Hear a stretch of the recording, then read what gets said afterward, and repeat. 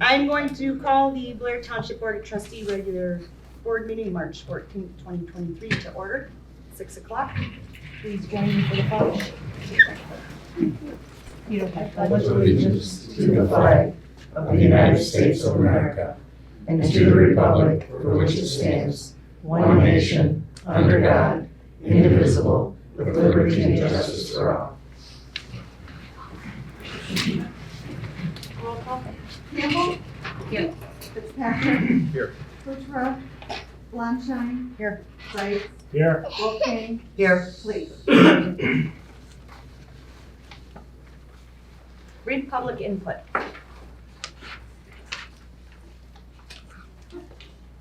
Seeing none. Approval of the agenda. I have an amendment, sorry, to the agenda.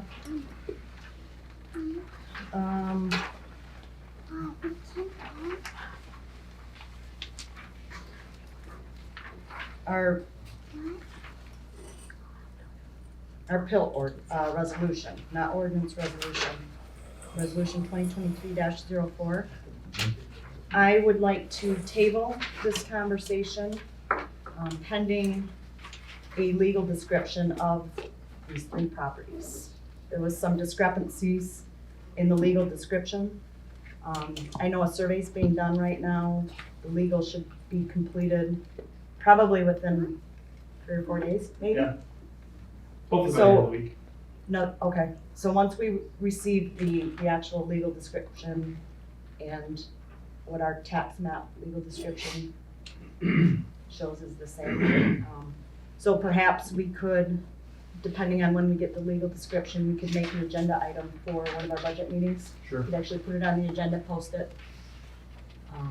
That way we don't have to wait an entire month to adopt this resolution. If everybody's acceptable. Well, should we also, take off number 5, approval of 2% MSA agreement? Because we don't have that, but it says in the ordinance or resolution that it can be done within 60 days. So we'll table both number 4 and number 5, pending receiving the legal description.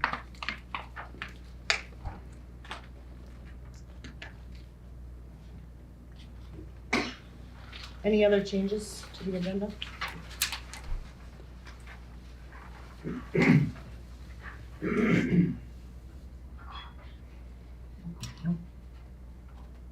I'll make a motion to approve agenda with the changes. Support. It's been moved and supported to approve the agenda with changes. All in favor? Aye. Opposed?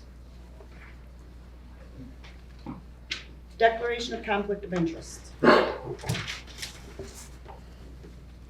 conflicts? Nope. Presentation and special reports. Commissioner Joe will be here after Garfield meeting. Community police officer. Good evening, Matt Karczewski, Blair Township Community Police Officer. This is the February 2023 report. Arrests 1, citations 5, complaints 36, traffic crashes 3, warrants attained 4, warrants declined 3. On February 15th, a man had a little temper tantrum at the gas pump at Family Fair. When he got upset with the pump not working properly, he went in and talked to the clerk. He was upset with the clerk. Then he decided to grab the gas pump and just smash the LCD screen in, which caused well over $1,000 in damage, which resulted in a felony charge with which the prosecutor authorized. On February 17th, I received a domestic assault report from a 16-year-old girl. She was working at the Great Wolf Lodge, but it happened in Blair. So I went there and interviewed her, and she told me about her 18-year-old boyfriend had assaulted her on the previous night. And then she told me she was suicidal, so then I had to call her mother and take her to Munson. And the prosecutor's office did authorize charges on him, and he has turned himself in.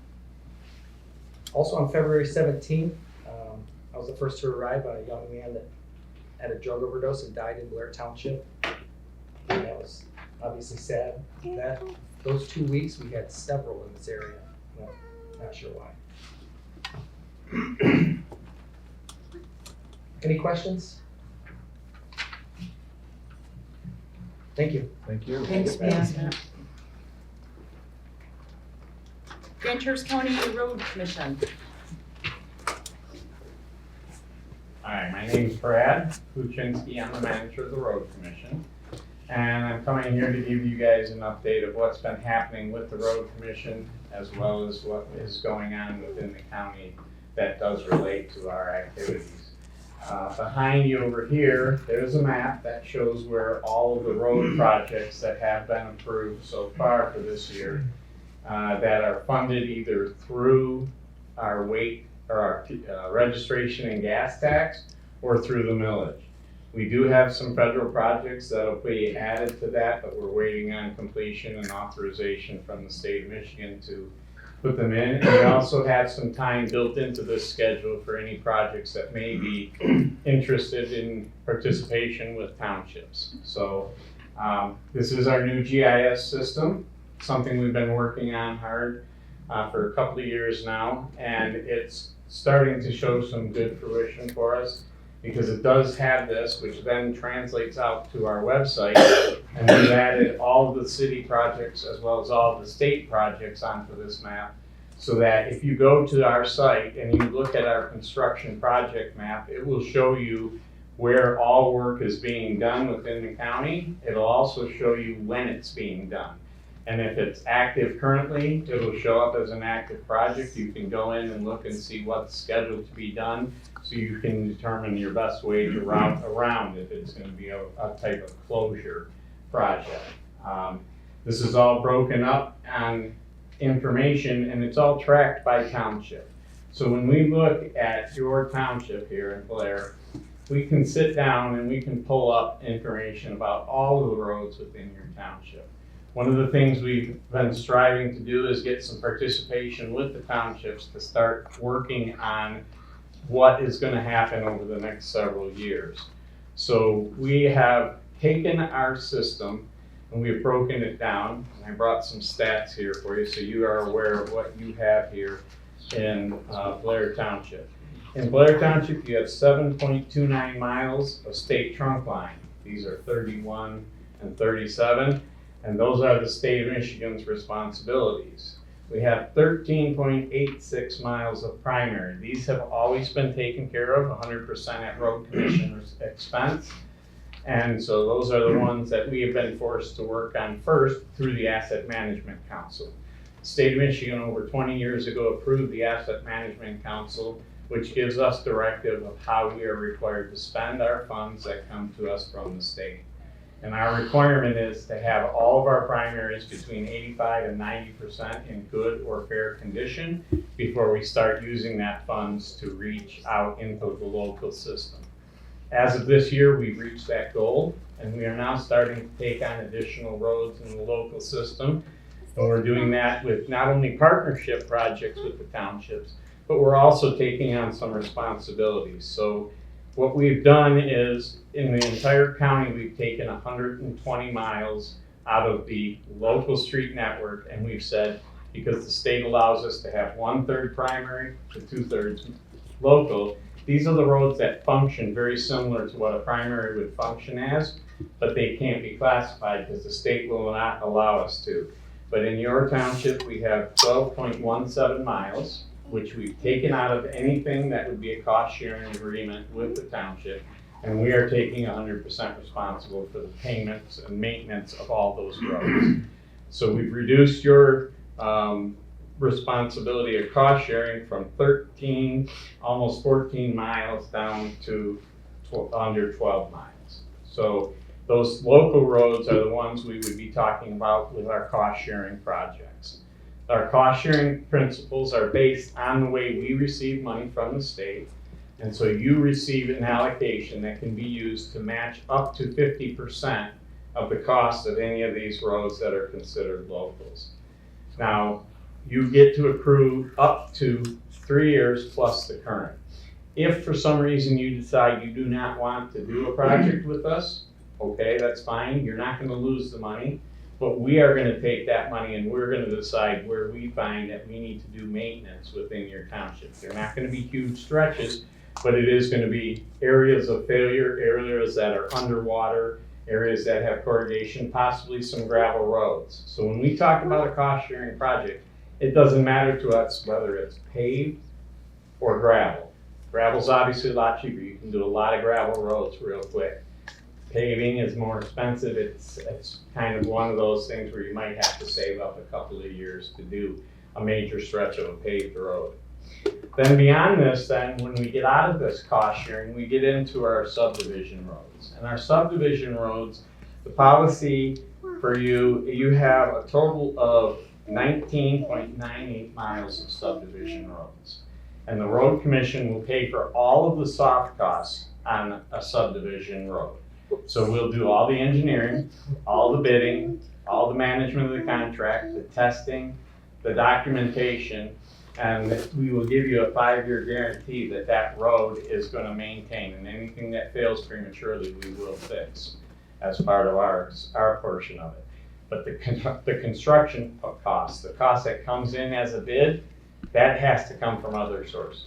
So whether it be an SAD or it be township funds, however you want to work it out, it doesn't matter to us, but those costs are not going to be borne by the road commission. There's just not enough money available for it. And then our seasonal roads apply as they always have. We maintain them. We do two gradings a year, once in the spring after May 1st and once before the end of the season in November 1st. Between November 1st and May 1st, legally, we are not allowed to touch those roads because they are seasonals. So if anybody wants to upgrade them or do additional maintenance, 100% of the expense is at their decision. So if they decide they want to upgrade it and take it off the seasonal routes, they can do that. They have to pay that 100% upgrade. So it's a pricey thing to do. Some people are interested, others are not. We're working with you guys right now. You have a very unique situation because on Vance Road, heading down there, they're currently using that for a logging. So we are able to spend $50,000 a year on it, even though it's a seasonal, because it's coming out of the logging revenues, because it's being used as a logging road. So we're working on still upgrading that and getting that into some better shape, and then we'll discuss what we want to do with it in the long run. But that is definitely going to continue to be a priority as long as that logging operation continues. So the other thing we have with our local throughs, which I failed to mention, I'm sorry, is if you participate on a local through or a local project with us, a cost share project, all maintenance of that road will be taken care of by the road commission until it needs to be rebuilt again. So we will do the crack sealing, we will do the chip sealing, and we'll do that first structural overlay. But after that, then it's going to be needing to be rebuilt, and at that point, it would have to go back through the cost share program. So the way we set this up, we have a special application that allows the township to sit down and look at all the roads within your township.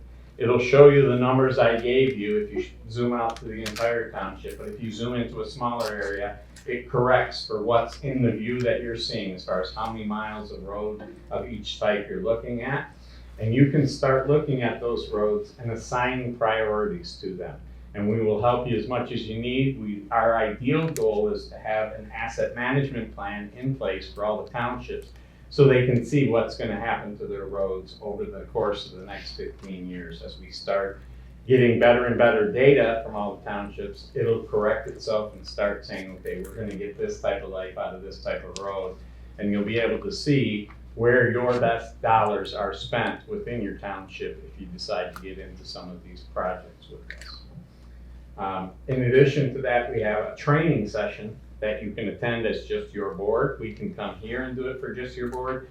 You can send individuals. We'll have different ones get set up through the year. If like one person wants to come that hasn't seen it yet, they're more than welcome to join us and just one that we do for generic townships. But if you come and you want to have your entire board, or at least another part of your board, come in and go through it again, we've got 2 people that are set up to help you out and make sure this is actually a usable thing. So with this GPS or GIS system, some of the things that we are also adding, which are making it much easier, hopefully for you as well as for the citizens, we have a citizen reporter tool. So if you go to our website, to the Grand Traverse County website, it's gtcrc.org. If you go there, scroll down a little bit, there's a little bubble there that says report a problem. And if you click on that and you're on a phone or a tablet, it'll take you right to where you are if you have your GPS turned on. Or if you do it from a laptop or whatever, you can sit down and you can go to that location, click on it, and you can report any type of problem that would be the responsibility of the road commission. So whether it be a dead deer, a downed tree, potholes. That's road commission? Huh? Dead deer? No, and you can report that to us. Then what do you do? We go out and pick them off to the side of the road and Okay. try and get rid of them as best we can. We can't move them, the DNR says we're not allowed to move them. Just want to But- make that clear. Yeah, so, but we do get them out of the traveling path. We also can deal with, if people see a downed tree or if you see some bad areas on a gravel road that need to be addressed. Anything that we deal with, including winter maintenance, if you see an icy spot, you can report it. That then goes in, and if you put your email address in, we will notify you of the progress of it. So if it's a longer scope project, you'll get an update when it's forwarded and determined what's gonna happen at the crew level. And then you'll get an email back when we're actually starting the work and an email when we're complete with the work. So it's up to you if you wanna do that, but you can always go back to our website, click on that again, and you'll get the information right there of what the status is of that request. And I know for a fact personally that that link is so simple. It's when residents call me with a road complaint, I literally sit at my desk and the residents love it. They think it's the coolest thing. And I read it and type all the information right in for them, use their email address from my computer. And then they've actually called me back and said, that worked, I got a response from the road commission. But they love Cool. it because I'm helping them right then and there on the phone. They don't have to hang up and then get on their Yeah. computer. And that's what we're trying to do. We're trying to make this a You more might get some phone calls, it's communicative easy.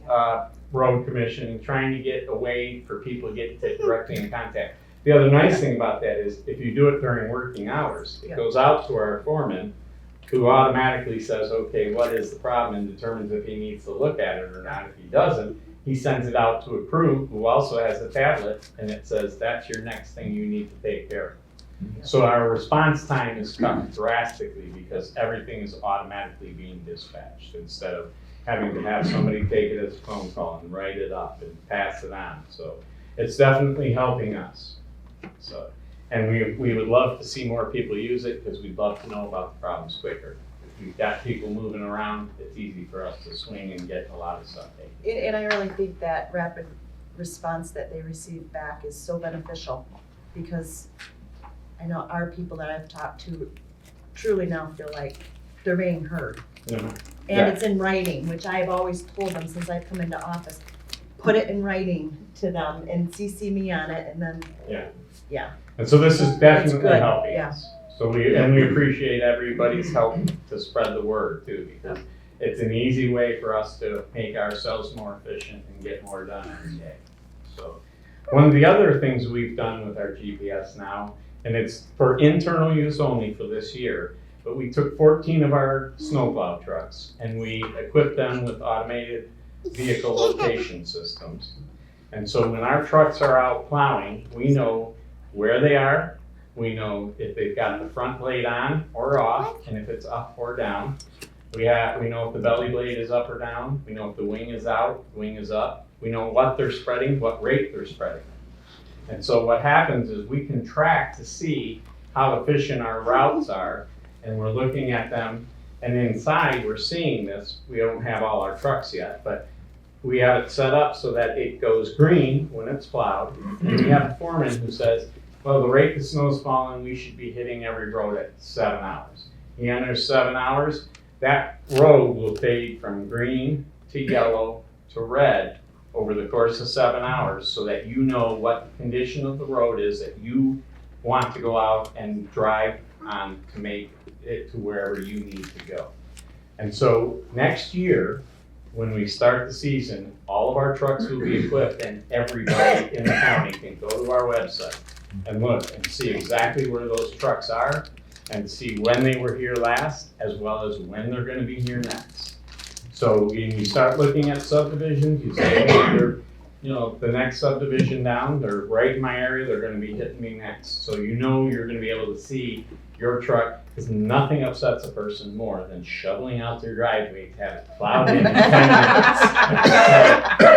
You know, if you know you can wait 10 minutes and then it'll be fine, it's a little bit, it's still frustrating, but it's a little less frustrating.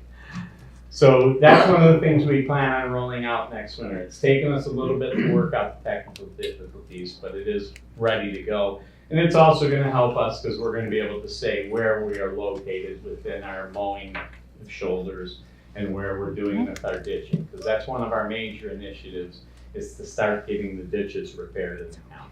So over the course of the next few years, we're gonna be ditching every single mainline mile of road so that we have water flowing off the roads and not flowing into a stagnant area, which causes damage to our roads in the long run. So that means that that's kind of where we are, what we're doing, but we have a couple other things that have happened within the county that are very important for everybody here to know. As of the beginning of this year, we have been designated as a metropolitan planning organization. And it's called the Traverse City Garfield Township MPO. And this was designated by the state because we reached a certain level that says our urbanized area exceeds 50,000 people in a certain amount of space. What this does is this moves us into a different class of a road commission because it's a lot more accessible for us to reach out and get federal funds. So right now, we're guaranteed to see somewhere in $1 million range increase in funding, but that also then gives us funding to start looking at corridor studies. These are federally required studies that need to be done, but they pay for them. And so what happens is once they pay for it and they say, okay, you need to start thinking about expanding this section of road from either a 2-lane to a 3-lane or a 5-lane, whatever it may be, then we become eligible for a lot more grants. And we can start applying for grants to get land acquisition for right-of-way to turn on and get some of the roads that are severely congested now and start expanding them so that traffic can flow more freely through them. And the idea eventually is to get it to the point where we have a solid connection up into Leelanau County as well as the surrounding counties.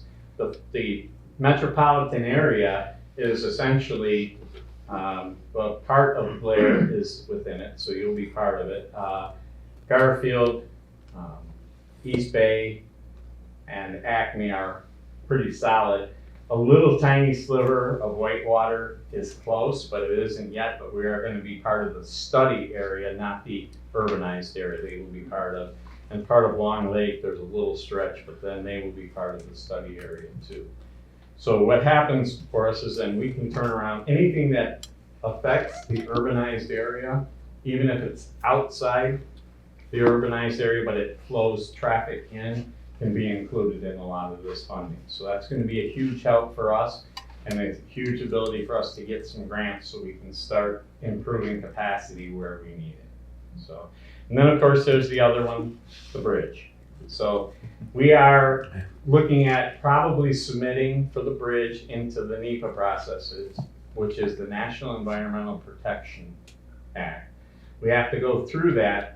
And we are looking for it to run from the intersection of Keystone and Hammond out to Cass and Hartman. And then from there, we're not sure exactly what the path will be as we go out to 31. We know it can't follow direct on Hartman because it's too close to airport and the congestion would be just too much there. So we have to move it somewhere to the south of there. So the option is to move McCrae and Hartman south to the south end of where the MDOT complex is there and have it come through there, or potentially even further south If you're familiar with that, you come down the hill, Silver Pines, then there's the flat plateau. That's also a very good spot for us to put it so that we have stopping distance on level land. And that is something that will come out of the NEPA process. And what we're looking to get is we have to have funding at least You're partially gonna need a lined up. lot of grants and land acquisition. Yeah, so essentially the next phase is we have to have funding lined up for the next phase. And then they will take us seriously that we are moving forward. And they give us then, when they're ready, they give us what is called a FONSI, which is a finding of no significant impact. At which point then we are authorized by the federal government to begin construction.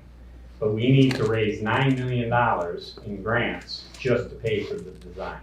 Because this is a 2,200 foot bridge that has only 4 sets of pillars going through the valley. So it's very environmentally friendly, but it's very long, it's a very expensive bridge. So we know we've got a lot of grants, but there are a lot of grants out there right now, especially for this type of a project.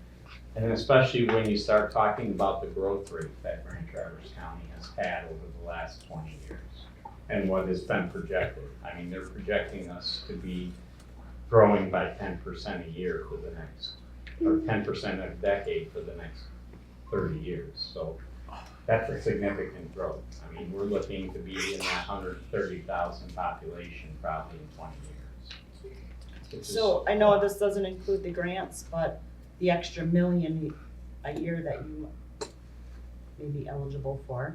Right. Those all are on federal aid projects, federal aid roads. But what that does is that allows us to spend that money on the federal aid, which then frees up the rest of our money to start dispersing it through other areas. I was just gonna say, so perhaps increasing the cost sharing. And that costs is, to the yeah, as we start obtaining grants, that is the intention. Our board is very intent on starting to really focus and start drilling down that list further and further. What we've done, we went from 250 miles that we were taking 100% financial responsibility, we're up to 370 right now. Right now, that's about where we feel comfortable being able to take on 100% simply because 4 million and well, almost 5 million of it now is a millage. We don't know if that gets renewed. So there's issues that come up. If that doesn't get renewed, we have issues. And If then we start laying special assessments over subdivision roads and all these areas, there's a high probability that village money will last not be there. and last time we were very fortunate. I mean, there was not a single voting precinct in the county that voted against it. So, and I think as we start hitting a lot of these local areas, you're gonna see some support. Obviously, everybody, the most important street is the street in front of your house, but everybody drives on the roads with fixed. I mean, these are roads that carry traffic to everywhere. Those are big throughways.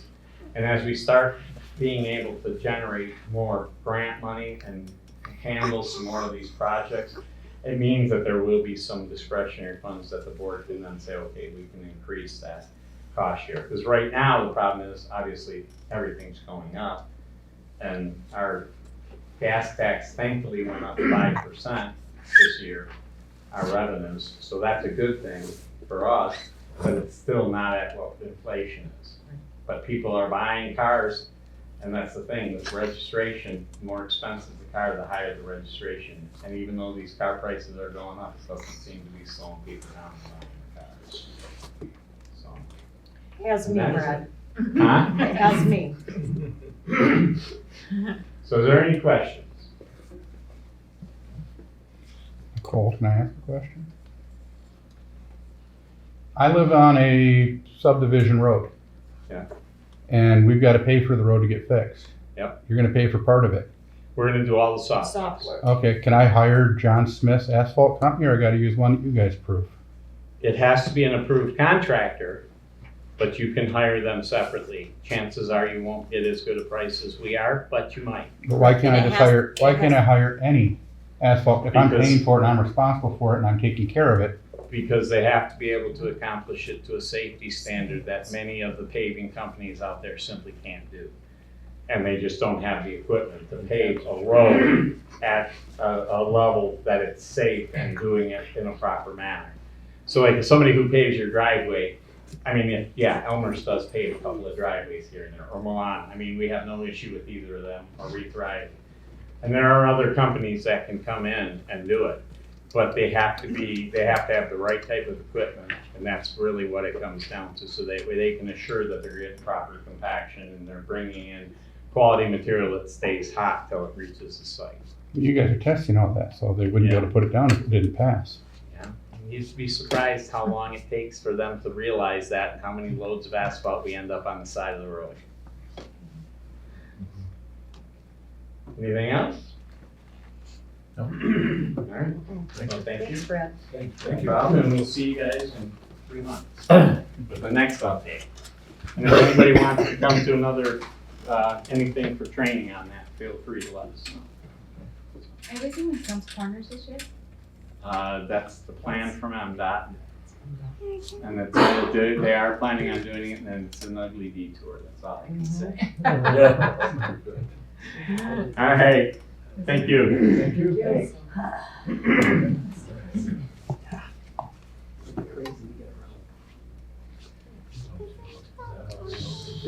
Water committee, any updates or was there any committee meetings? No. Treasurer's report. Oh, no, hang tight, Brad's here. Let's do Brad. Good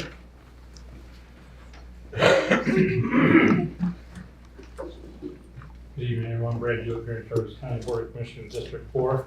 I apologize for being late, but I just came from Garfield and they did say to tell you guys hi. Anyway, 2 weeks ago, we had some discussion in regards to the youth rehabilitation facility treatment center. We've had some staff from administration from various groups around here go down to Lansing, talk to representatives, and try to get a clearer picture on maybe what our region needs to see if our region is the correct region, size, how many beds, how many staff, potential costs, and everything like that. No actions taken on that yet or anything. It's been a discussion for some time, but we are putting people in places to have that discussion with the people that could really control all the funding and ideas for programming and everything. So that's really good. Tomorrow's meeting, we do have TTCI presenting the MPO presentation. I know Brad touched on it just a little bit there when I just walked in and everything like that. I did hear the presentation 3 weeks ago, I guess it was, at TTCI, and there's a lot of information there, and I think people could be lost at times in the information because there's so much, and if you've not followed it, it's just kind of drinking from a fire hose when you first see it and everything. So as things move forward with that, I think it'll be interesting to see what kind of funding can come into our community for various things, but especially transportation. So tomorrow we also have our annual Traverse Connect report. They give us a report every year on economics, jobs, growth, it's a pretty detailed report and everything, so that will also be interesting. And one other thing I just wanted to touch on real quick, I know in the last week here, so we've had a number of articles and stuff in the media about some confrontation with Beta in the county and stuff like that. And yesterday we did sign a letter of understanding for 60 days to just kind of let things settle down. But part of that letter of understanding is the county will take no action in removing board members during that 60 days, and Beta will not add any more members during that 60 days. And part of the letter of understanding is that we, as Grand Traverse County, Leon County, and Beta, will sit down at the table to talk these things through and try to figure out the best way to move forward. So I know a lot of that portion has not been in the media yet, but that is where we're at with Beta right now. So It was in the media. there was an article I seen in the news this morning, but I still had half a dozen phone calls from media people about it today and stuff. So, but that's what's going on with it right now. So. Was the letter of understanding, did that come from the commission, county commission? No, it was a joint board with administration and Beta administration. I mean, it was ran by a couple of us and everything to make sure this is what we want to do right now and stuff. So, but it was a administrative decision. So, with that being said, that's all I really have on my report right now. We've had a couple weeks that's been pretty light agenda-wise and everything, just normal business things that a lot of times that, gets approved on a consent calendar and it goes away, so. But with that being said, does anybody have any questions or comments? Okay, well, like always, my contact information is on the county website, my phone number and email. If anybody has any questions or comments, feel free to reach out and I will assist or answer in whatever way I can, so thank you, everyone. Thank you. Thanks, Brad. Treasurer's report. General fund, $5,736,916. Public safety fund, $1,427,135. Ambulance fund is $1,370,115. Metro Act fund is $19,924. Liquor law enforcement fund is $42,456. Milfoil fund is $9,650. The voted bonds is $358,559. Emergency services building is $5,082,531. Sewer fund is $1,979,608. Water fund is $3,700,920. Current tax collection. Oh, did I miss one? Water fund? Okay, current tax collection is $178,990. And payroll fund is a credit of $28,297 for a total of $19,878,505.79. Any questions for Chris?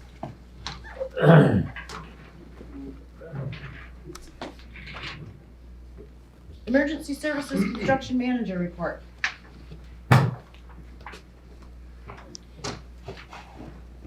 Shall I wait? I just need some more coffee. Expect it to be that long?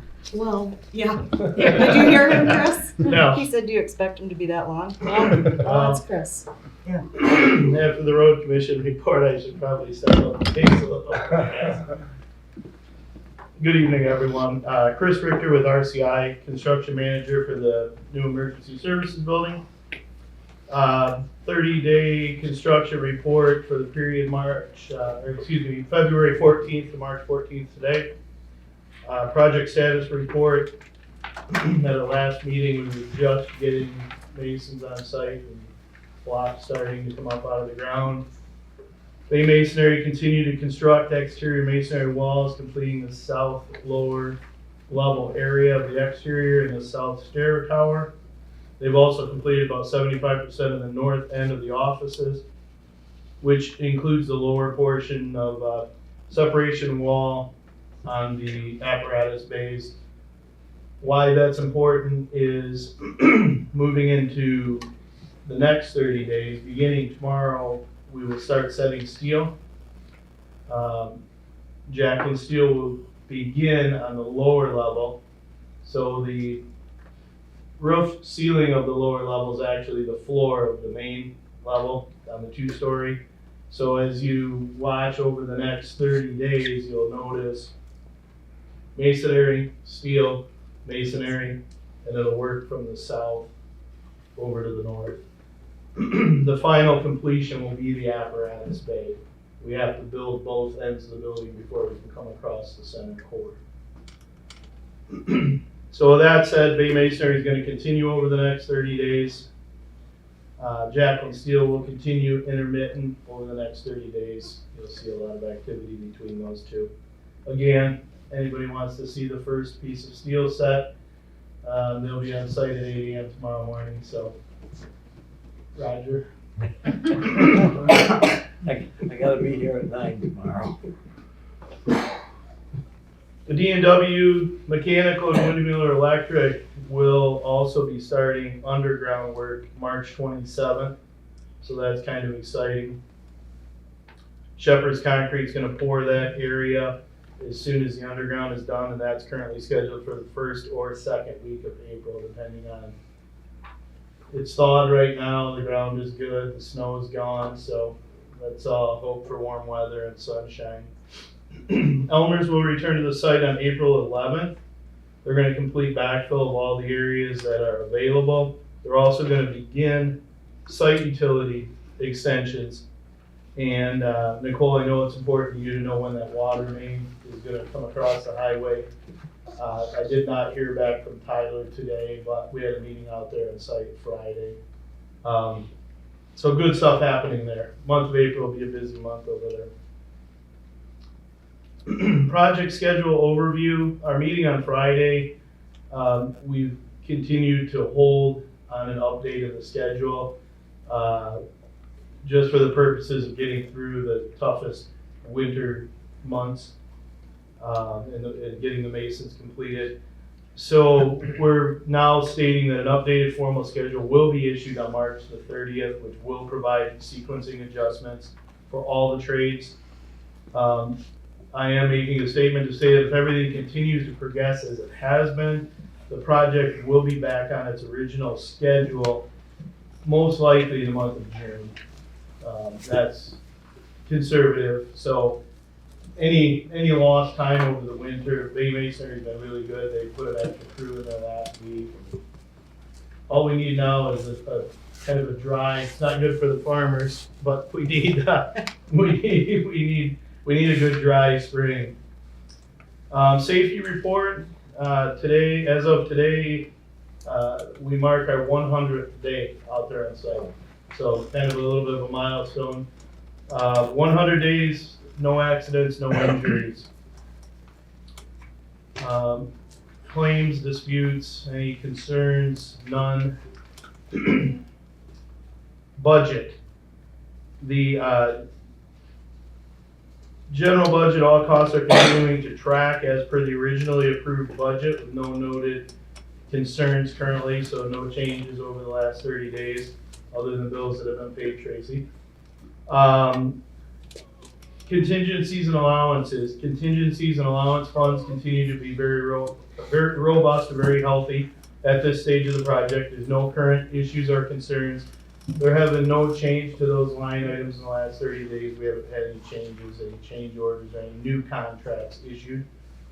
However, you'll see in your report on the second bullet point, bids are being requested. The public notice went out today. It'll be published the 15th, 16th, and 17th, so that's Wednesday, Thursday, Friday, in the Record Eagle, as well as Traverse City and the Grand Rapids Builders Exchanges. Those bid packages are the cabinetry and countertops, flags and flag poles, furniture, fixtures, and equipment, window coverings, and a bid request for the SCBA air compressor equipment.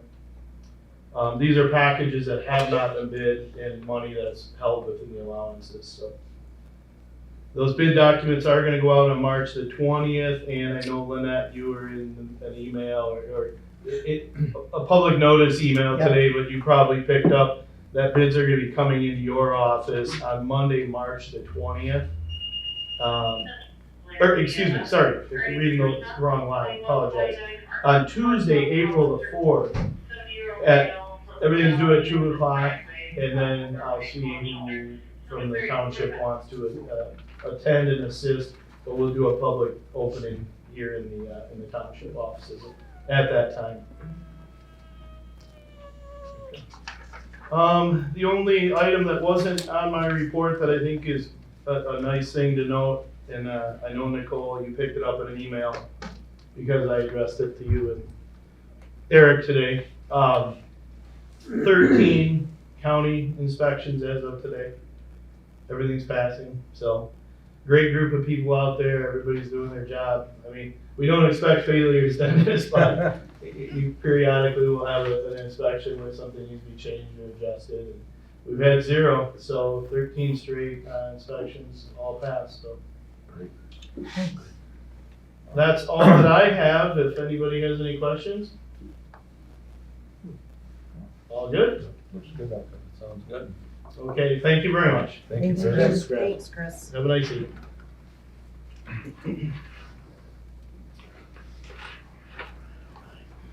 Announcements and correspondence. Just a reminder, the active shooter run hide bike training here March 31st at 3 p.m.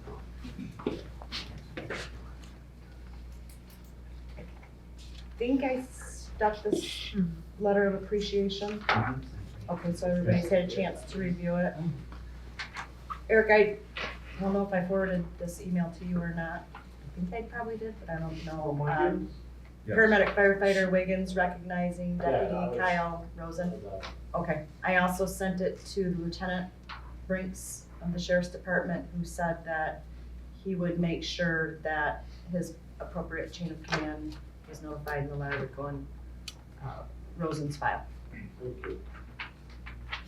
It's just one of our paramedic firefighters giving special recognition to one of the sheriff deputies for his assistance, not only on one call, but on numerous calls, which is nice of her. Adopt a road news. 'Tis the season. We want to pick a couple dates. This came from Grand Traverse County.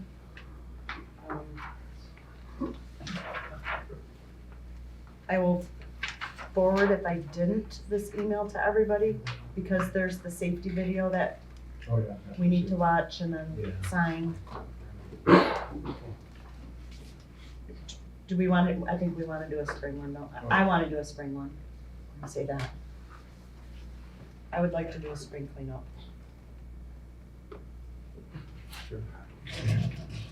April 22nd through April 30th, if we do it during that time period, it just allows us to leave the garbage bags at a specific location where they can come and pick them up instead of hauling them back. Last time, we've hauled them back and put them in our dumpster, but that's when we haven't been able to get a date in this designated So you just leave time, them so, on shelter, huh? Don't you just leave them on shelter? 22nd through the 30th. The 22nd's Earth Day. Appropriate. That would be so appropriate. Try for that, depending on weather permitting.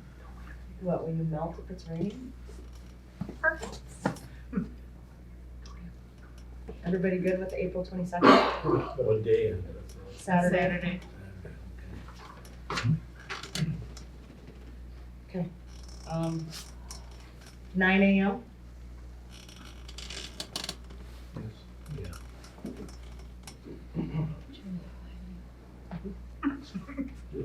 Okay, I'll let County Road know. I like that. It's on Earth Day. Any other announcements or correspondence?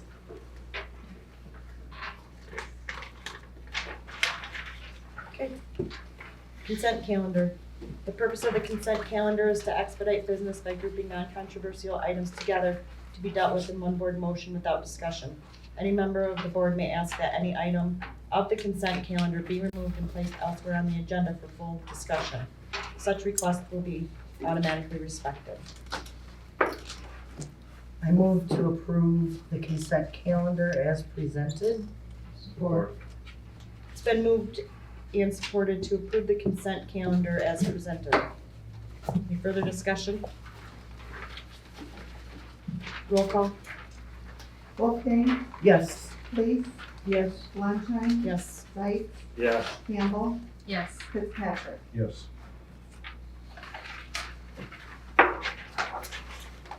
Unfinished old business, we stuck the liquor license ordinance on here just as a reminder, so we don't forget that we still have to address that, which we haven't done yet, but we will. Number 11, new business.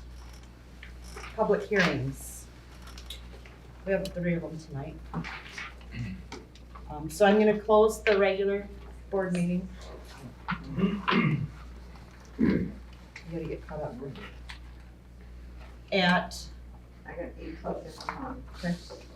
at 18:51. And we will open up the first public hearing.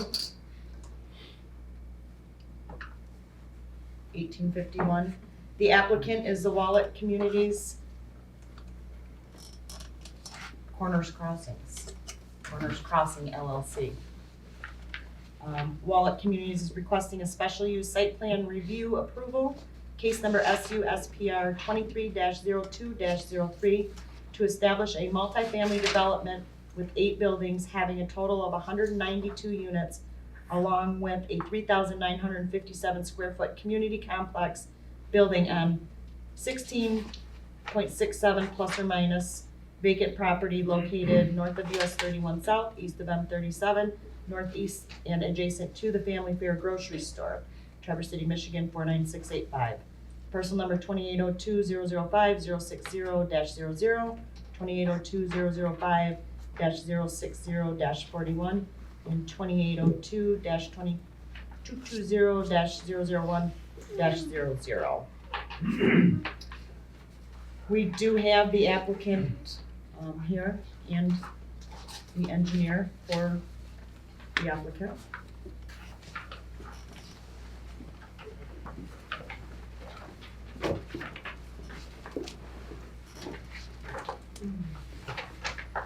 John, before you present, I'd just like to ask if there's anybody in attendance that would like to make a comment initially before they present. You have an opportunity once they're done as well. Not sure if anybody's here for it or not. Is the, my water thing, is it like in the agenda tonight at all? Yeah. Okay. Just check. Alright, good evening. My name is John Mara. I'm a senior project manager with Wallet Communities. We're the developer, contractor, and owner of this project that is being proposed. A little bit of background on who we are and why this project is important to us. Wallet, we're a vertically integrated developer, contractor, owner, and operator of affordable housing communities throughout the Midwest. We own and operate over 15,000 units across 180 or so communities in the Midwest. What we have been seeing as owner, operator, and developer, especially over the past few years, is we have been turning away residents because of over income qualification at a higher rate than we ever had to in the past. Most of our projects are subsidized through low-income housing tax credits, so they're affordable to those making 60% of the area median income and below. But if you are overqualified for that, the options nowadays are relatively limited. You either have to go into single-family housing, which is going into quite the surge, and there's high interest rates and high home prices, or you have to go to market rate housing, which is experiencing a quick lease up as of now. There's high occupancy rates, not only in the Midwest, but across the country. And because of that, owners and operators are able to raise rent prices at what have been unprecedented levels. So what we are experiencing, and we see it largely in the Traverse City area as well, is this missing middle that has formed. So those that are over income for low income housing communities, but aren't necessarily in a financial position to afford a market rate community. And so then they're severely rent burdened by the market. And by a rent burden, we mean at 30% or more of your income going towards your housing costs. So we're trying to help solve for that missing middle. So those that are making over 60% of the area median income, but those that do not have the means to necessarily afford a market rate community. In the Traverse City market area, there are market rate communities that have rents anywhere between 115 to 140% of the area median income to properly afford. There's about 31 comparable housing developments in this market area, offering about 3,200 units, but the occupancy rate across those developments is almost 99%. For this project in particular, there's about 1,300 units that are most comparable, and the occupancy rate for those are about 98%. And that even accounts for quite a few units that have come online earlier this year that are going through lease up, so they're kind of dragging down that occupancy a little bit, but it is expected that once those units that have just come online are leased up, the occupancy is going to shoot right up to 99% to be in line with the market. This project that we're proposing here is 192 units in total. It's combination of 96 one-bedrooms, 78 two-bedrooms, and 18 three-bedrooms. It is estimated that when this project is to come online in 2025, that there's going to be a demand for an additional 2,000 housing units in this area that will not be met. And that's after factoring in, this project and other projects that are set to come online. So we're just trying to solve for a small portion of it, but the demand is nonetheless there. What we're trying to achieve with this project is trying to serve that missing middle. So serve those making between 61% to 120% of the area median income. And we're doing that through with a few different ways. One, we did receive an ARPA grant from Grand Traverse County at the end of last year for $1.5 million in support of this project. Two, MSHDA, which is the Michigan State Housing Development Authority, is one of the few states in the Midwest and actually in the country that have allocated a large pot of money towards this type of housing. So outside of their low-income housing tax credit program, and outside of some of their other home ownership programs, they have developed a program specifically for this type of demographic. And so we're pursuing a $5 million grant from the state, an application going out Friday to receive that pot of money as well. And just looking at the optics, the amount of units we're going to be able to offer for the amount of grant money that we are requesting will be one of the lowest in the state. So we do think we'll be very competitive in receiving that. So all in all, we're here before you today in order to get the special use permit application because it will become a part of this project submission to the state of MSHDA. And once we were to apply to MSHDA, we would hope to receive word about 30 to 60 days afterwards in notification of hopefully getting that grant funding and then proceed towards a financial closing and weather permitting construction starting in November or December this year. The project's kind of built in a way where we could phase to bring units to come online as quickly as possible. The goal would be to first bring on these two buildings over here, which represents about 48 units, 24 per building, and this clubhouse. Those will come online in early 2025, so about 12 months into the construction period. And then we would phase coming southward down the site, bringing on about two buildings every 2 months. So ultimately bring out all 192 units by the end of 2025 and have the first fully stabilized year in 2026. So that is a little overview of who we are in this project and here for any questions.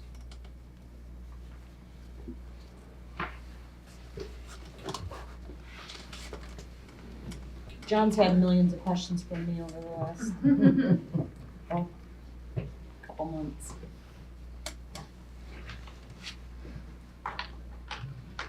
Does anybody have any questions? Where's it's a needed project. It is. How many one bedroom are there gonna be? 96. 96. Okay. 96 ones, 78 twos, and 18 threes. We kind of crafted that based off of the market study. We're trying to, see where the demand is most in the market and then, tailor the product to have a conservative rate to build to what that demand is and not to necessarily overbuild on a certain unit type. But one bedrooms are certainly seem to be the most in the market. And I read in the planning commission report the prices that you think they're gonna be close to per month. Yeah, so that will largely be determined by how much we can get from MSHDA. If we were to receive the whole $5 million grant, we'll be able to leverage, the rents down quite a bit to around, $1,200 to $1,300 for one, somewhere between $1,600 to $1,800 for two, and then $18,000 to $2,000 for three. If less grant money came in, the market rates are much higher than that in this market. We may have to go a little bit higher, but the goal is to keep it 100% of the area median income and below. So basically that means that anyone making 100% of the area median income and below, the rents will be sized that no more than 30% of their rent, of their income would go towards housing, and that's inclusive of utility costs. So our rents are sized to factor in what the estimated utility cost would be of that unit, and to make sure that rent plus the utility cost does not exceed the 30% of your monthly income. So it's kind of in flux by how much we get allocated, because again, by depressing our rents down to these affordable levels, which is our goal, we're only able to leverage so much debt on the project, so it does leave a significant gap. Wallach is committed to put in almost $5 to $7 million into the project to make it work, but there is kind of a gap there that we need to shrink through grants, to make it, economically feasible for us to put in that equity as well.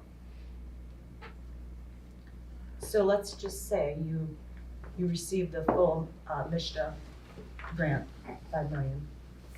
Are you guys still considering a daycare center? It's still a consideration. If we receive the full grant, we're still gonna look into avenues in which we could get it done. We've talked to some daycare providers to see what that would look like, as well as trying to price it out on the construction pricing. The only red flag to date has been the cost. It's about $350 a square foot. It's about an extra $1 million worth of project. It's not out of the possibility though if you receive the full amount. It's not something we can commit to without knowing how the capital is shake out. But for the benefit of Yeah, that. we recognize the and benefit, this- especially it being a family-oriented community, to have that on site, so. Right, in daycare, as big of a need in Grand Traverse County as housing. Yes. They go, it's the top two, and And right on site there. yeah, it'd be awesome. The amount for rentals, how long will those prices hold? Yes, Are they fluctuated yearly? well, those will go through basic annual rent increases, but they will also stay within those parameters. If we receive the Michigan grant, it will come with at least a 10-year compliance period, so the project does have to remain affordable within those income bands for at least 10 years. As an operator, we operate all of our communities well outside of our compliance period as if they were still within them. So it wouldn't be our intent to take it out of it, but you could rest assured that for at least 10 years, nothing would change in terms of, John, isn't that 15 years? I thought it was 15 years. for the Michigan Just compliance 10 years. period, it's 10 years. The MISTA compliance, but the township has the ability to, If there were further compliance regulations, then we would have to meet those as Okay. well. Okay. We've underwritten to maintain those rents basically into perpetuity at just modest growth, nothing even outpace inflation. So the economics of the project are basically to remain in compliance with like.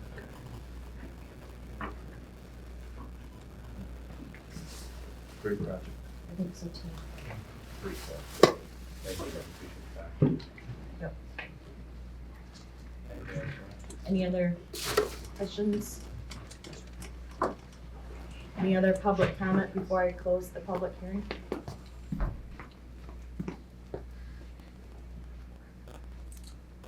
Go ahead and close the public hearing. Your time.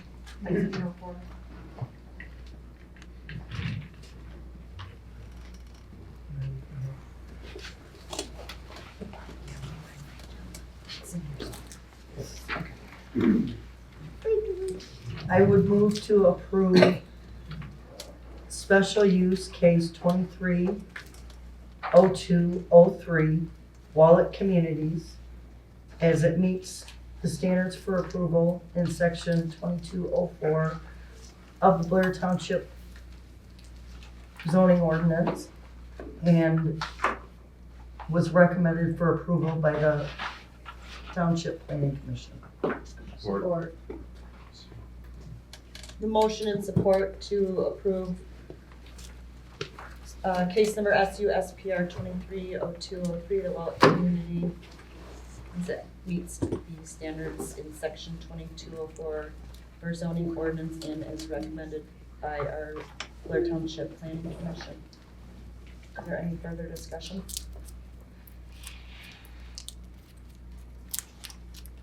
Roll call. Zeitz, Yes. Wolfgang, Yes. Please, Yes. Campbell, Yes. Yes. Fitzpatrick, Longshine. Yes.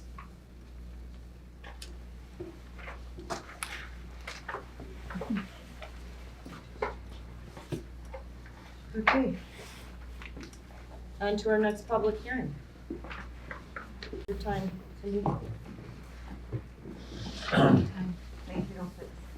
1906.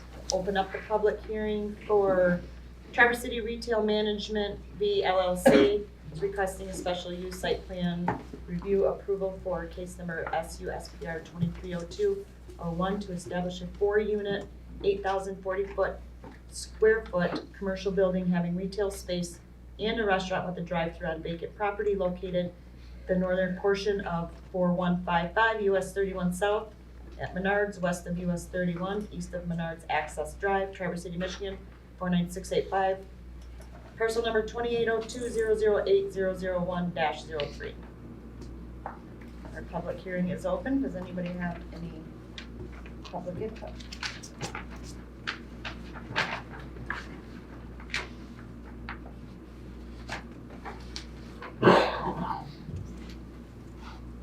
Shouldn't that be west of 37?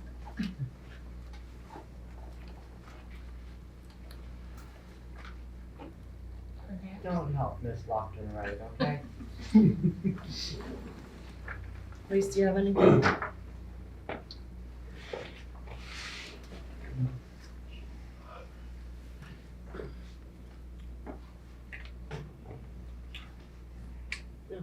We got a staff report. Yeah. Staff report and PC minutes, you're good.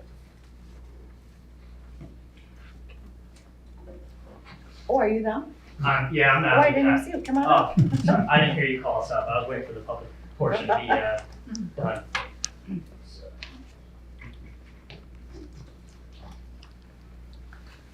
Good evening. My name is Michael Gold with Stonefield Engineering and Design. I'm representing the applicant Traverse City Retail Management 5 LLC. We did receive recommended approval last month for the site plan presented before you tonight. We are requesting special land use approval and site plan approval for a 4-tenant retail user and a drive-through restaurant, which is requiring the special land use. As the site sits, it would park 62 cars. We are meeting the landscaping requirements. We have been working with Township staff on that. It will be safely lit with LED downlit fixtures, full cutoff to limit any glare to the neighboring properties or the US 31 right of way.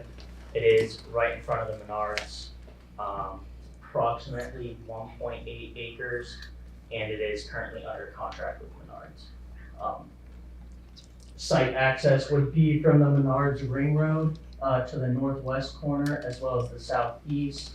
The southeast access drive would be a shared access drive with a potential future development to the east side.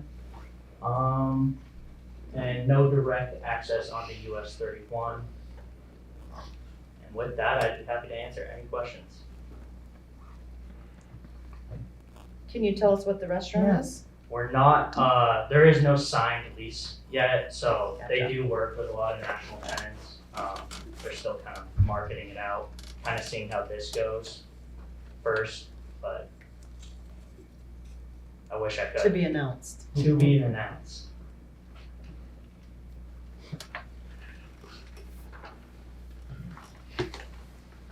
And the other buildings are still up in the air for what will be going in? Yeah, the other retail spaces, yes. Okay. The shell is what they're trying to get approved, and then they work with a lot of national tenants, so. So would you still build that if you don't get any tenants interested? Yeah, they'll still put up the site and put up the shell and they'll market it too. I anticipate them having a signed lease before construction starts, so.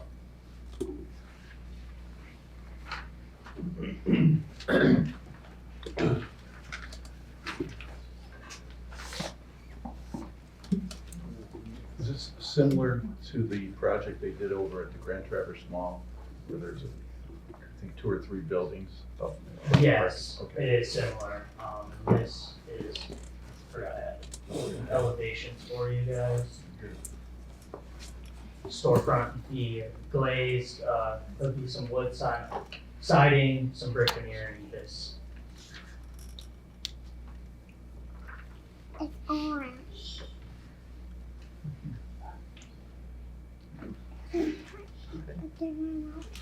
Very good. Thank you. Thank you. Yes. Thanks. Last chance for any public input? Close the public hearing. 1911.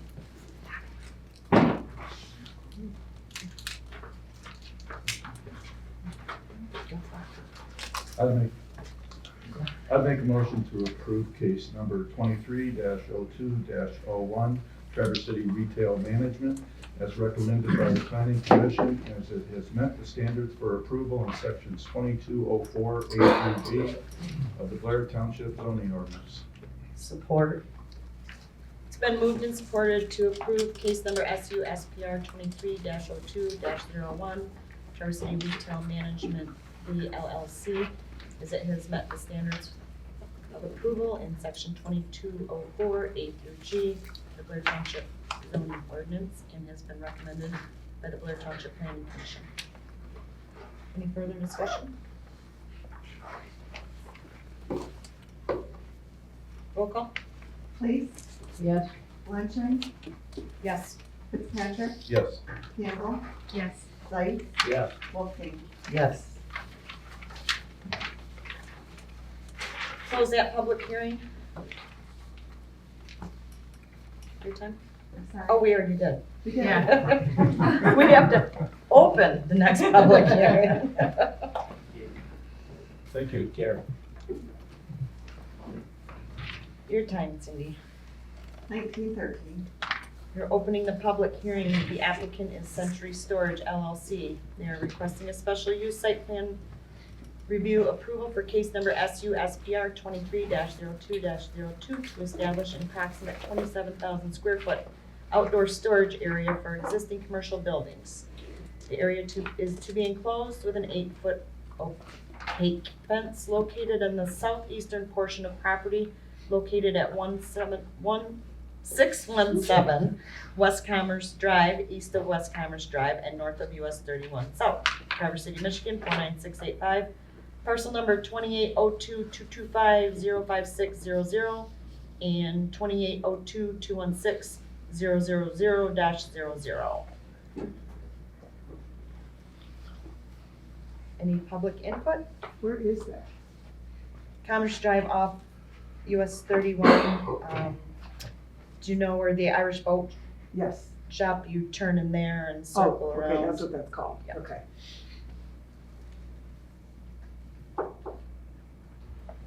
Is this you?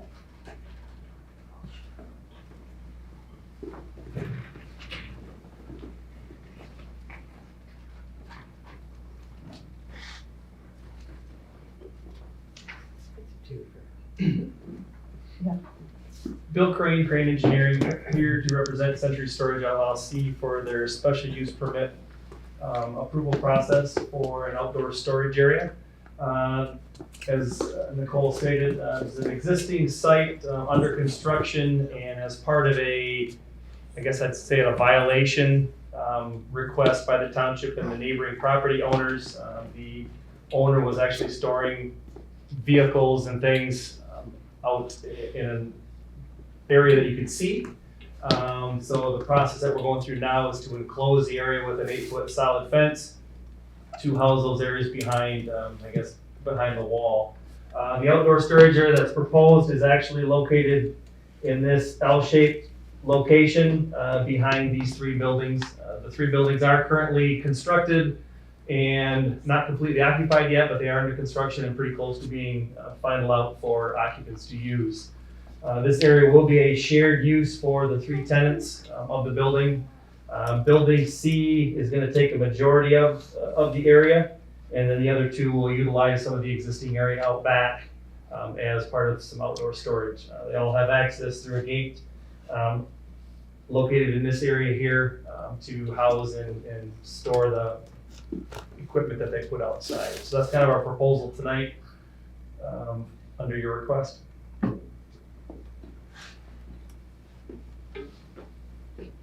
Any questions?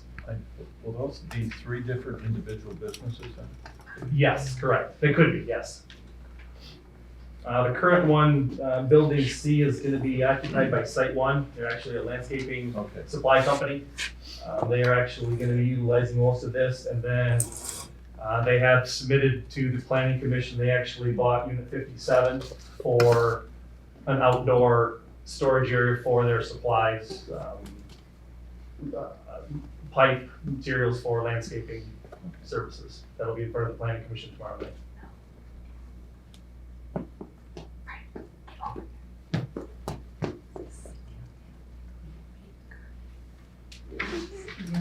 No.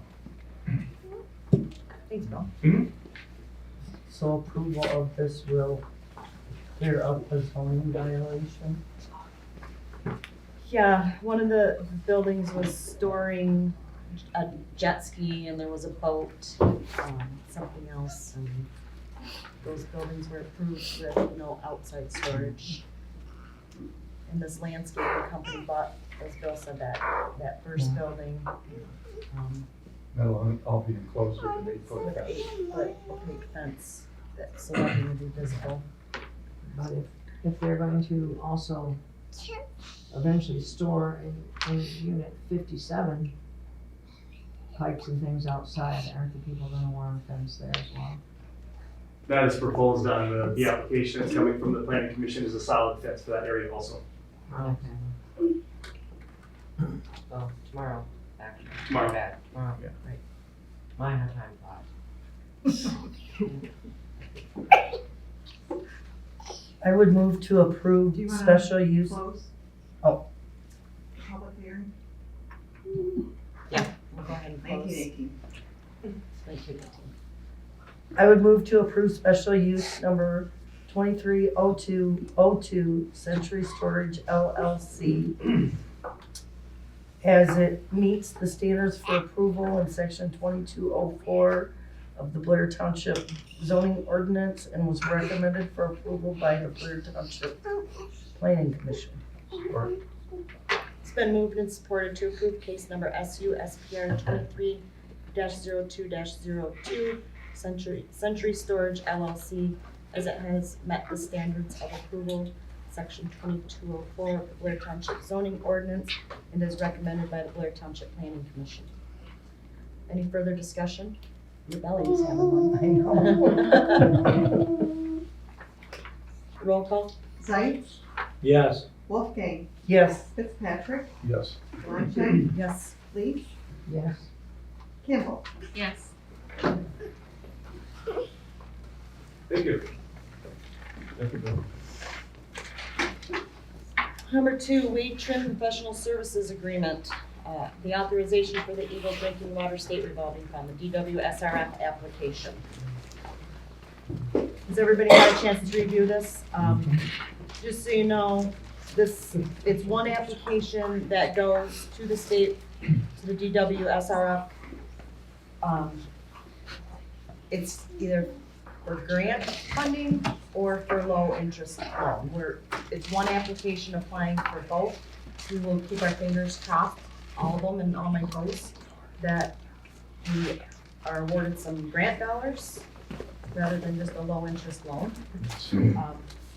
We are sitting decent as far as our community. We're considered a underserved. Is that the word? Overburdened community, so that scores us extra points on our grant. So that's good. That moves us up. But the state has lost several $100 million that they were anticipating to go into this fund from the feds. They put it elsewhere. So the bad thing is there's about $200 million in grant funding available, and over 200 of us have already applied for the initial intent to apply for this. But it has to be done. It's huge. You can see by the Yes. detailed report that came from our engineer. I don't think that we cannot do this. We have to address our water capacity and treatment issue, and it's either gonna be some grant dollars or a low interest loan, so here we go. And we have a deadline on this, so. I'll make a motion to approve wage trim professional service agreement authorization for Eagle Drinking Water State Revolving Fund application. Support. Any further discussion?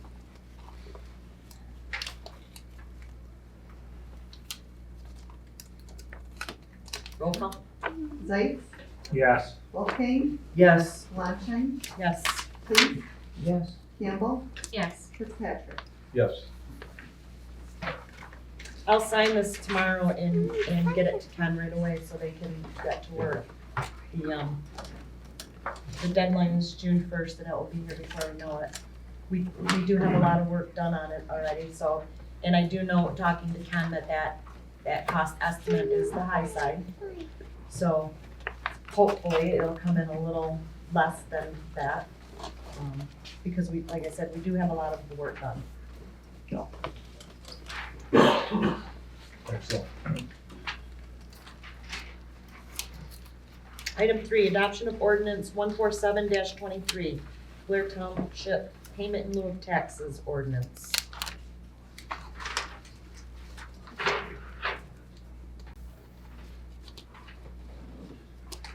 Did everybody have a chance to review this? You know what else didn't get changed in here?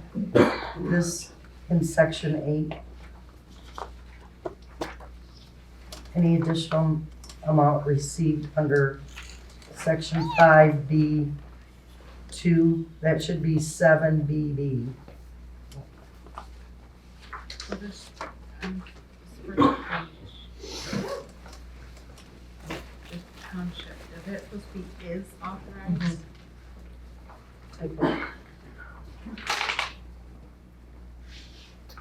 And then you wanted to, And then on section 8, this is probably for you, Trace. This is the conversation that you had with Chloe. Okay. For payment of service charge.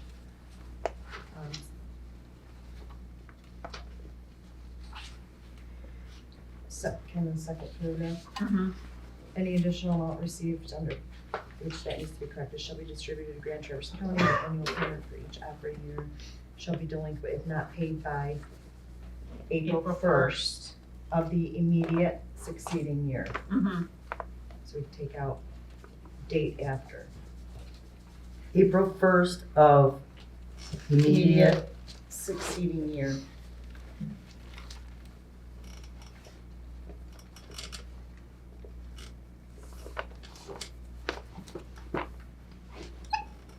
and then you had said something else there. Said something. And then did you get that typo on the front page? Yep. Okay.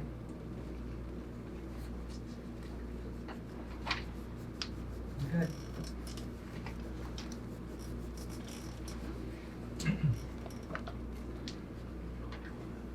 In section 9, where it says it will workforce housing but not more than 15 years, is that the 10? Or is that? No, this is our ordinance. Okay. Yeah, this is separate from a resolution that we'll enter into with, Thank you, okay. we have to have an ordinance before we can adopt a resolution. Oh, and this is, it's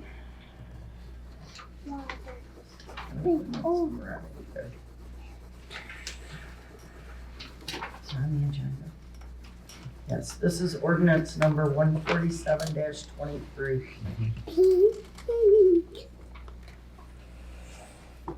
So I would move to adopt ordinance 147-23, Blair Township payment in lieu of taxes burden ordinance with correction.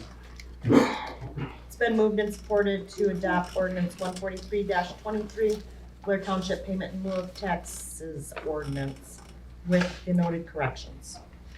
Any further discussion? This has been a lot of work. I'm gonna say that. This has been a lot of work. It was unheard of 6 months ago to all of us. So it's been a lot of meetings, multiple people meeting for collaboration. I have leaned hard on Chuck Horn initially and Tony Lenti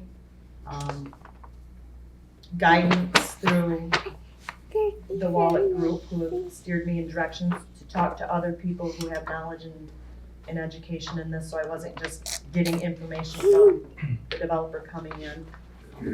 So I'm pretty proud of this. So I'll be glad to have this Nice work. ordinance and close this chapter. It's something needed for the. Yes, yes, the housing crisis that Grand Traverse County is in, I think that this clearly demonstrates this township board wanting to be some sort of the solution to the housing crisis that we're in. And this ordinance, in my opinion, reflects that. So I'm proud of the work we've done. Thank you. Roll call, sorry. Leaf, Yes.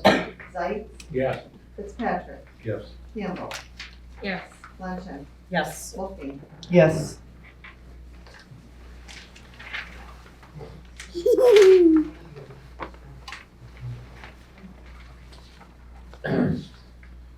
Okay, and we've tabled item 4, we've tabled item 5.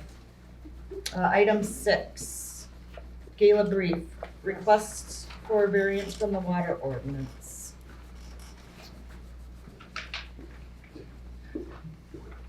I am,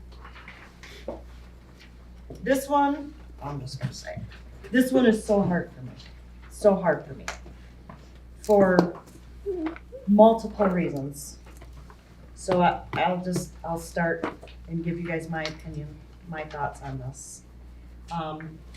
This township resident owns property, as you see, off Blair Town Hall Road. Red Cardinal Lane. Happens to be within the water district. However, there's no water main down that section of Blair Town Hall Road. Our water main is on Sawyer Road and runs to the east. That would be a left off Sawyer. The opposite way. Depends on which way you're standing on Sawyer. Red Cardinal is down nearly to 633. Okay. So, On the north side. our ordinance, as you can see, Lisa enclosed that, section 402, mandatory extension of the water system. Everybody read that? Okay, so this resident did a land division on her property. She created 3 more lots. She lives on the 4th one, her home. She created 3 large parcel lots. Well, per our ordinance, if you do a land division, you have to extend them or connect to the water. The water's not there. So she would have to run approximately 2,300 feet from Sawyer Road. That's just to Red Cardinal Lane, on Blair Town Hall. That doesn't even include running the water main up Red Cardinal Lane. That doesn't include curb stops, that doesn't include hydrants, that doesn't include service leads. That includes nothing. So, a rough estimate just to run the main from Sawyer Road to Red Cardinal is close to $300,000. $287,500. And that's probably a little on the low side, considering the cost of the service.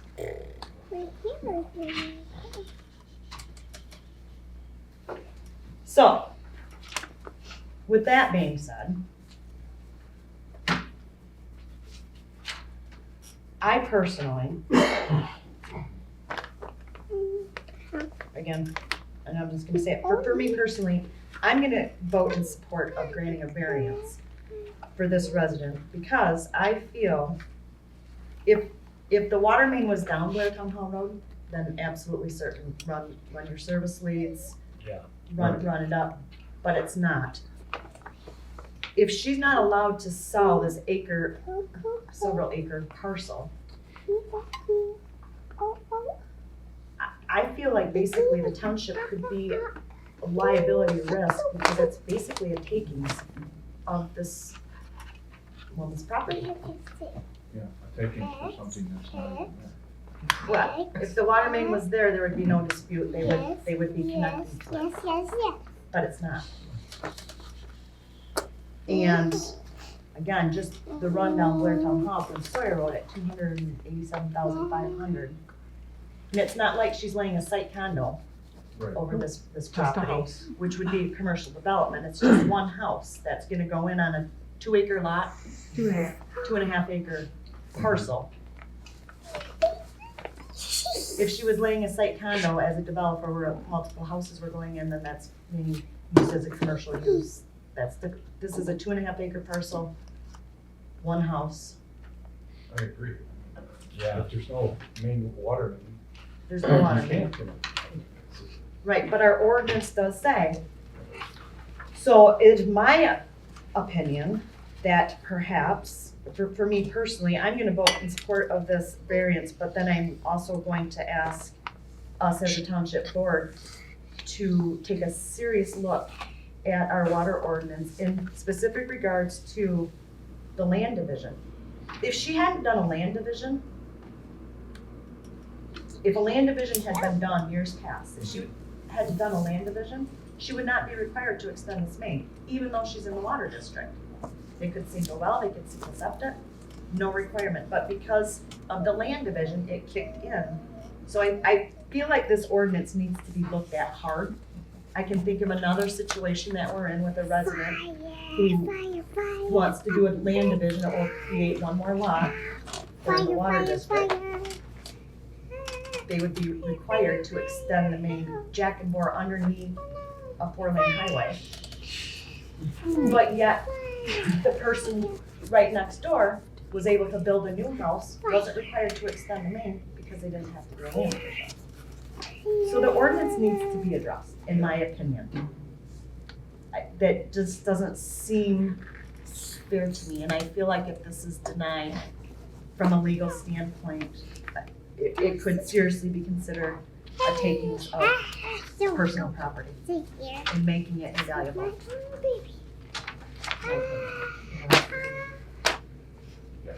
Yeah. But I also think in this same conversation, we need to seriously look at changing this ordinance and taking Lisa's input and perhaps looking at specifically with the land division, change the number of parcels perhaps. I don't know. But it's something we're gonna need your input and. And residential district, not let them get away with it. Right. What did you say, Lee? And in the residential residential. district, not Not commercial. Correct. We're land division that creates so many lots in the residential at our end district. But in commercial district, they're required to. Yes. There's no- That's my 2 cents, and I I don't see how we could even ask somebody to spend that kind of money. per our ordinance though. Well, I know. So we would Need to definitely look at it and change it. Are we ever going to run in my opinion, yeah, from a township standpoint, I don't believe, I mean, look, there's old well and septics through here, but there's not any big parcels of land. This is our resident right here in front of us. She probably has the largest vacant developable parcel. I don't see it happening. I don't see a developer coming in and laying a site condo for commercial site condo development on this west end of Blair Town Hall Road.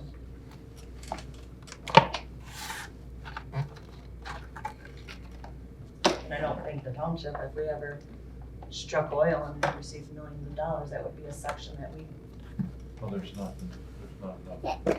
we wanna have, head it down West Silver. And East Silver. And East Silver. That's my opinion on this. and I put a lot of thought, and I've had conversations with our resident. I've had multiple conversations with Lisa. I don't think so. I don't Okay, think listen to you, so. Maria. Sorry. Okay. I don't think so. That's a chunk of change. Like, all the way to Sawyer? That was my, that's what I said. And she had said to me, in one of our conversations, she's like, well, if the water main was already down here, then absolutely, I would understand, and we would run it up Red Cardinal, and you don't have to pay, I understand that concept. And she even went as far to say, if the water main ever gets down here, you know, we can sign something that will say, well, we'll hook up when our well goes bad, like everybody else has to.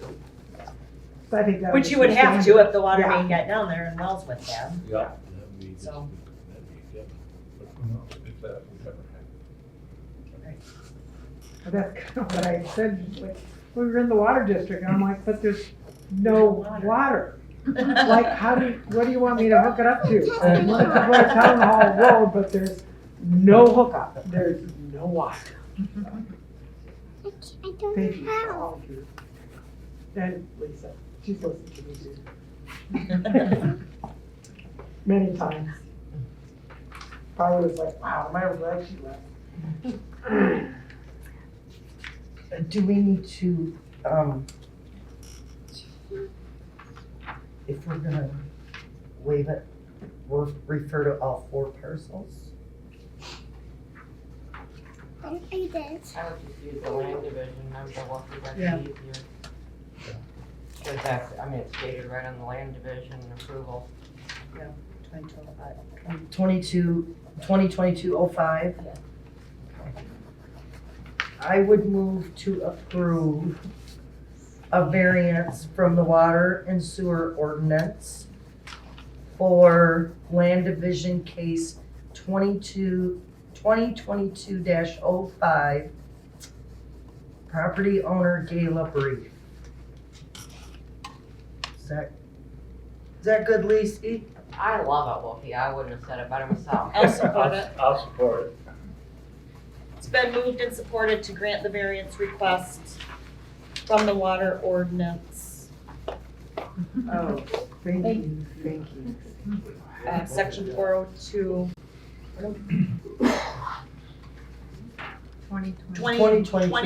2022-05 for Gayla Brief. Any further discussion? I just want to say that I want to address this ordinance sooner than later. Mommy, So I'm gonna make a note on here, under old business. Yeah, nothing but. I know, right? Yeah. Yeah, no problem. I won't forget. I won't forget, but I want to address this because, number one, I think it needs to be changed. And number two, we just granted a variance, so Yeah. let's, Absolutely. you know, if we're granting variances, that really means we need to take a hard look at your ordinances, so let's do it. Roll call? Fitzpatrick, Yes. Lonson, Yes. Campbell, Yes. Lees, Yes. Wolfgang, Yes. Sykes. Yes.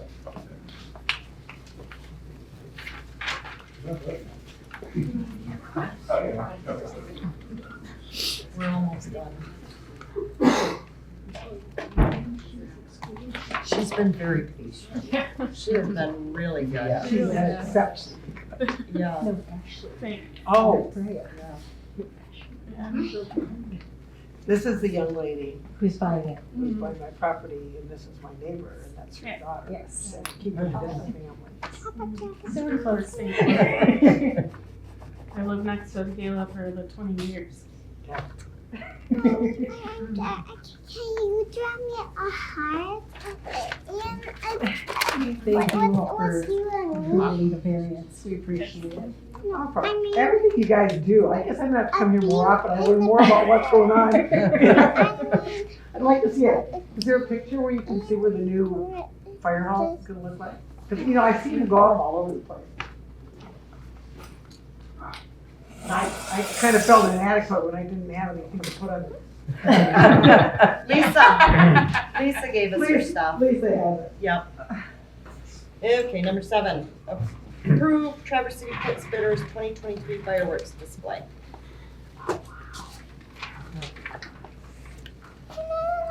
Leaving. I'll make a motion to approve the Traverse City Pit Spitters 2023 fireworks display as Support. presented. Any further discussion? All in favor?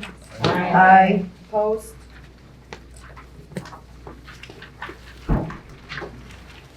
Extended public input. None? Motion to adjourn. So moved. 7:40, is that what you got? What's 7:41? 7:41. Not bad.